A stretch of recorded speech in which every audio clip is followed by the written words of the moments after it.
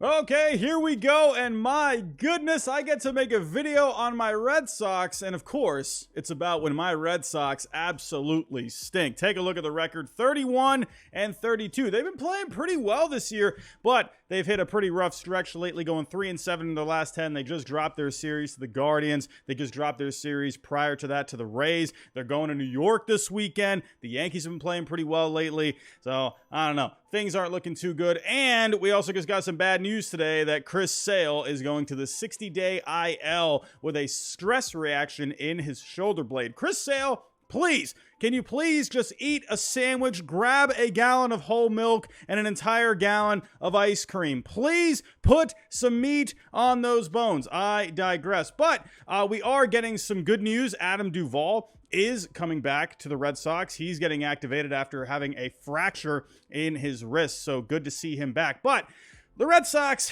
it's not looking too great lately for them. So the question is, should the Red Sox sell? Well, as of right now, it is June 9th. We still have a ways to go before the trade deadline. So we're really not going to know the answer to this until probably for the next few weeks. I would say probably first week of July is when we're going to have a really good idea. If we take a look right now, the Red Sox are in last in the AL East. In the wild card, it's not looking too good for them as of right now. 5 games back in the wild card behind the Angels and the Blue Jays, the current wild card teams. We've got the Orioles, the Yankees, and the Astros. And, the Blue Jays, they're playing great baseball lately. The Angels, they got solid talent. You never know what the Angels are going to do, though. Will they fade? Who knows? Maybe the Angels can get red hot and get a wild card spot. They got the talent on this team to be able to do so. But the Red Sox, they're not in a great position right now. So let's take a look at the Red Sox when it comes to the statistics. The Red Sox offense has been pretty good this year, 8th in WRC plus on the year. So I'm not worried about the offense at all. And they're getting Adam Duvall back, like I mentioned. They're going to be getting Trevor Story back eventually, more likely, probably another month or so. So the Red Sox offense is in good shape. However, when it comes to the pitching, the bullpen is fine. It's middle of the road. They're 14th in Fangraph WAR. They're averaging a 4.07 ERA, a 4.07 FIP. The bullpen, it is what it is. It's pretty solid for the most part. They got a couple of guys out, but the bullpen, I think, is fine. Sure, could they maybe have another piece in there? Yeah, but I'm not really too worried about the bullpen. The big issue with this team is the starting pitching. 25th overall in Major League Baseball when it comes to Fangraph WAR. A 5.24 ERA, a 4.70 FIP. The xFIP is looking a little better at 4.10, so maybe that could be a better sign, for the times ahead. But when it comes to what these guys have been doing in the rotation, like I said, Chris Sale, he's out now. He's probably not going to, if he does come back, the earliest he can come back is early August, but you never know with Chris Sale, man. Chris Sale, please eat a sandwich. But for the rest of the rotation, it's been very up and down, very inconsistent. Tanner Houck, he's looked okay at times, but he has trouble going deep into games. Brian Bayo, this is a young guy still working through, some issues of being a young major league player. Garrett Whitlock has been up and down. He's always an injury risk. He had some stuff going on with the nerves in his throwing hand. Pivetta, he's in the bullpen now. Corey Kluber has been a complete bust. I like the signing when it happened. I thought he could be a pretty decent 4th or 5th starter, but he has been getting shelled this year. He's in the bullpen now.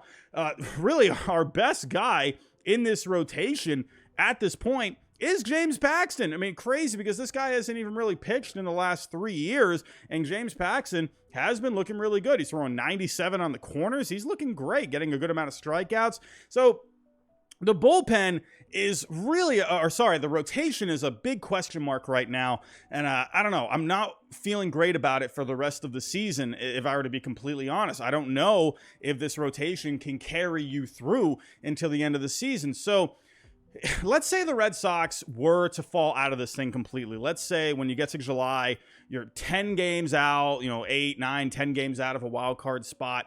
I think at that point, you really have to start assessing, what do you do for this team moving forward? So I would say right now, the guys that if you were to start making some trades, the 3 most likely guys, in my opinion, to trade would be Adam Duvall, Kike Hernandez, and James Paxton. The reason I mention, these guys is because they will be free agents after this year. I know that sounds crazy, trading away Kike Hernandez. He's been, a fan favorite in Boston. And honestly, his trade value at this point, I'm not really sure, if you're really going to be able to get much from him at this point. But He is a utility guy. He can play multiple positions. Not a great shortstop this year, but he can play there if need be. But the big thing is he's a free agent after this year. Adam Duvall is coming back.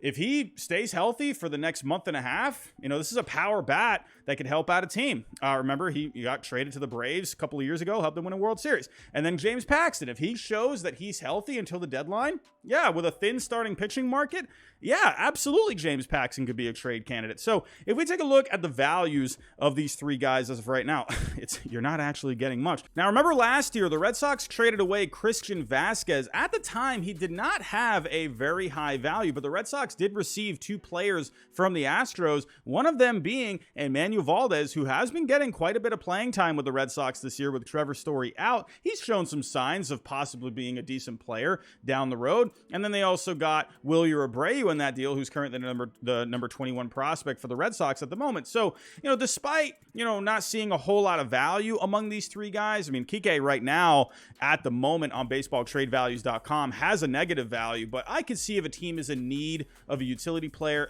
When you're at the deadline, your values, teams tend to, try and get a deal done. So it's more likely they tend to overpay, especially for Paxton. You could see his value, possibly even getting up maybe close to 10 million, because especially with a thin starting pitching market, teams would be all over Paxton at this point, or at that point, trying to help you for the stretch run. So, right now this doesn't look great, but I could see Heim, who has been creative with trades in the past, really try and get as much, in return for these guys, especially for teams that are in need of pieces for a playoff run. So these are the three guys that I think would be most likely trade candidates. Now, if you remember with Heim, this is a guy, I know a lot of people have their feelings about Heim. You got Team Heim needs to be fired, but Heim, the one thing he has shown is he has shown an ability to get creative with trades, whether, think back to the Jackie Bradley Jr. trade with Hunter Renfroe, sending off Renfroe,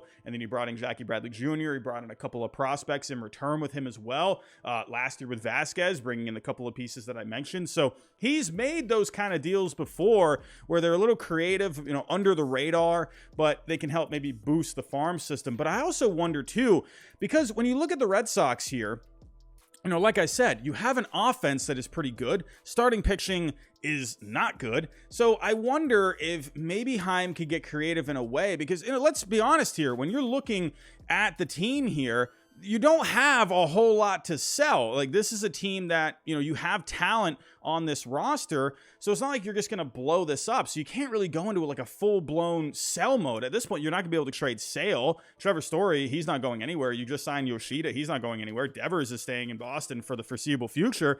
Jansen, you just signed. Turner maybe could be a possibility. But the point is that you're not really in a position right now to be able to just sell off a ton of pieces and really load up on some prospects like what the Nationals did last year with Juan Soto bringing a complete haul. So the Red Sox aren't really in that position. So I wonder if Heim maybe tries to get a little creative here. So I've listed out some guys I wonder, probably not going to get traded, but I wonder if maybe their names pop up. Remember with Tristan Casas, remember in the offseason, his name was coming up with the Marlins. Could maybe the Marlins make another phone call? I know Casas hasn't really, been playing well, but this is a young guy that maybe a team would still be intrigued. He is a power threat.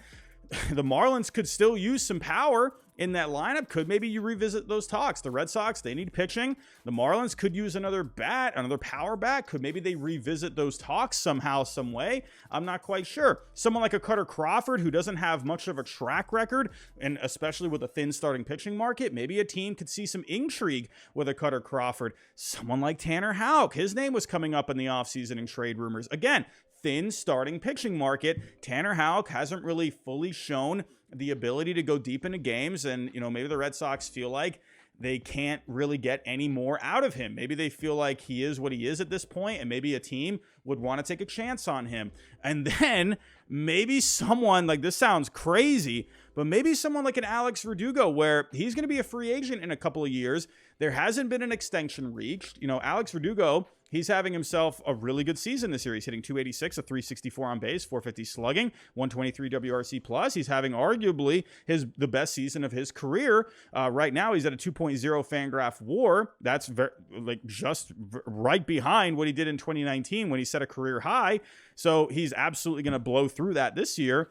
Now, that sounds crazy, but if the Red Sox, remember, they also just benched him in yesterday's game, or 2 games ago against the Guardians, where, they Cora felt like he wasn't hustling enough on the play.